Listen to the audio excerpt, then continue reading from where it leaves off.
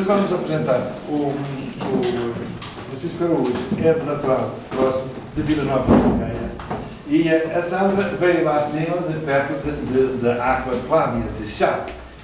Veio para aqui estudar exatamente e por aqui continua na sua ação pedagógica.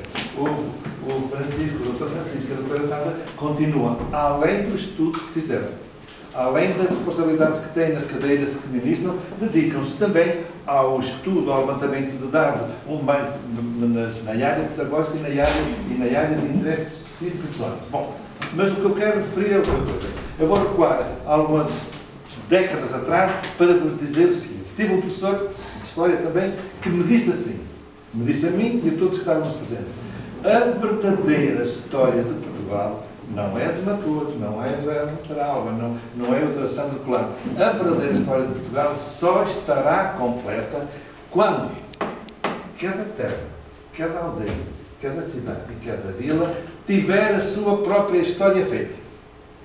Todos nós conhecemos a história de Portugal. O Afonso Henriques, o Gonçalves I, e o isso é a grande história, ou a macro-história, ou as macro-ideias. Mas a verdadeira história de cada sítio, a história da minha igreja, a história dos muçulmanos que estiveram na minha terra, a história da escravatura que houve em determinado sítio ou não, a história das lendas, a história dos costumes, essa só essa vida quando em cada terra, em cada vila, em cada cidade for feita a monografia qualificada e pormenorizada de todos os seus atos e factos dessa mesma história. O que estes dois jovens, eu tenho uma admiração muito grande pela juventude, deixem-me falar assim com a vontade muito grande convosco. Eu tenho uma estima e uma admiração muito grande. Deixemos contar. De uma vez, já tinha cabelos brancos e poucos e continuava com o meu cartãozinho da Universidade, da Faculdade de Letras, metidinho no bolso, e ia almoçar à cantina da Fé e à cantina do Hospital de São João. Portanto, eu ia lá almoçar com o meu cartãozinho escondido. E já passei ali meses e até anos a almoçar lá. Na altura, trabalhava na média festa. E de uma vez, há um zeloso do templo que me disse assim, portanto, eu andei anos, chegava, comia, pagava e andava. Até que ainda da altura há um zeloso do tempo que dizia: ó senhora, é desta escola ou de outra? Eu disse: eu nem sou desta nem de outra. E disse: mas então tem o seu cartão de estudante? Tenho, sim senhor, eu vou ao bolso e pus para o cartão. E o cartão tinha para aí 20 anos atrás. E diz assim: este cartão já não é válido. Está bem, eu deixo de vir aqui. Aceitei muito bem, com um sorriso, e ele também, e acabou. Porque eu me sentia bem, muito bem, junto dos jovens lá. Não era por ser mais barato, graças a Deus, dinheiro eu tenho. Mas era porque me sentia bem. Agora, o que é que estes dois jovens fizeram? Eu queria vos dizer o que é que estes dois jovens fizeram, o Dr. Francisco e a doutora Sandra.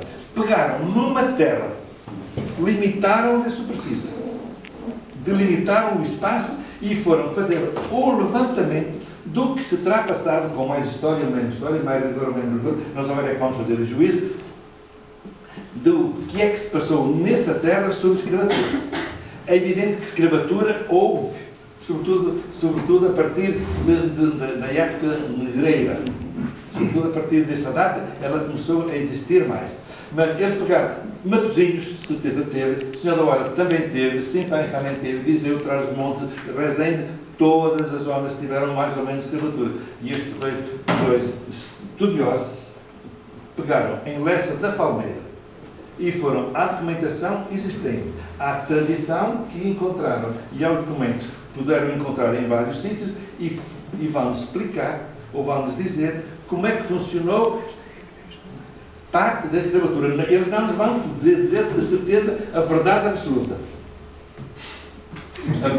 É impossível dizer a verdade absoluta. E se me disserem dizer a verdade absoluta, eu aceito e faço média, mas não acredito, não é?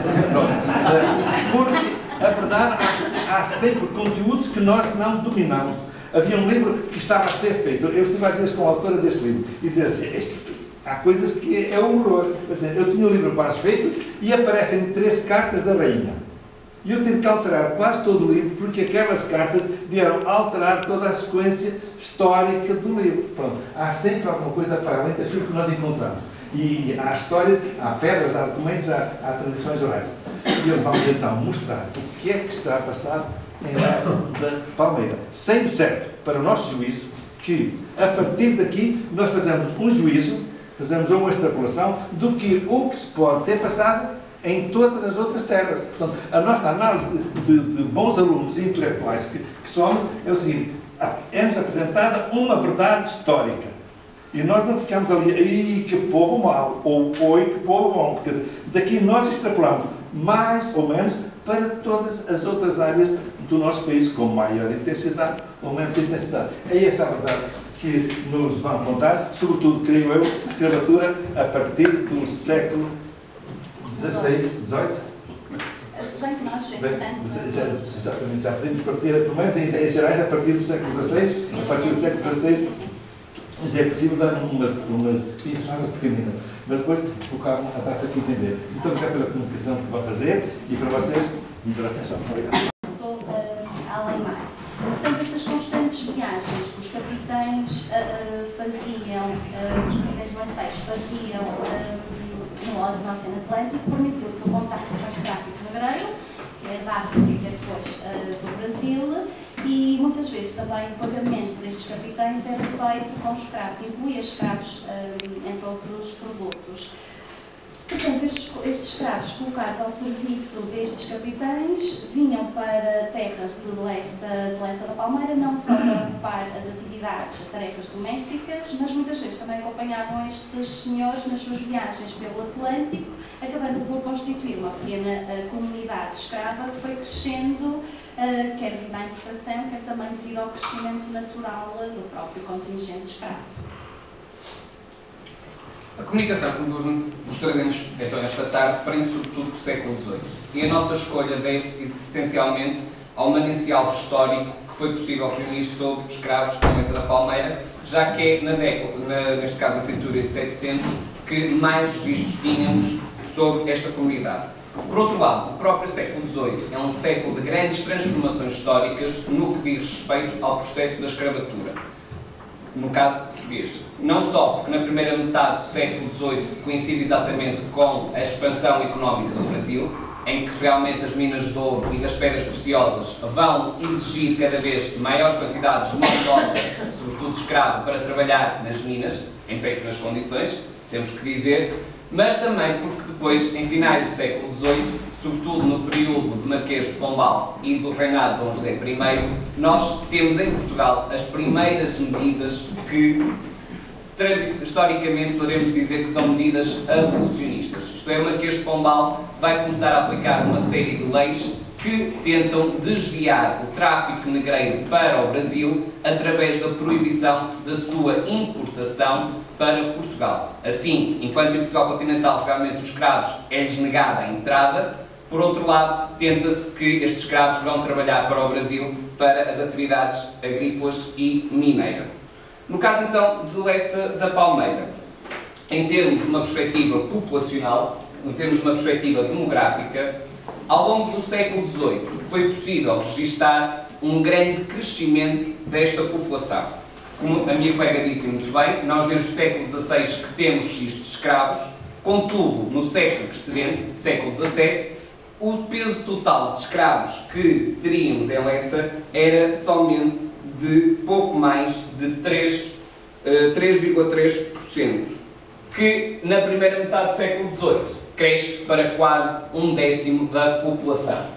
Assim, por exemplo, nestas primeiras décadas, sobretudo até aos anos 1730, normalmente, em termos de batismo, quase 1/10 das crianças e jovens batizados em Lessa da Palmeira eram então de condição escrava. Isto porquê? Porque obviamente todo o filho da escrava era considerado automaticamente escravo. Isto é, enquanto fruto de uma senhora, de uma mulher sem liberdade, os filhos herdavam então a condição. A partir de 1731,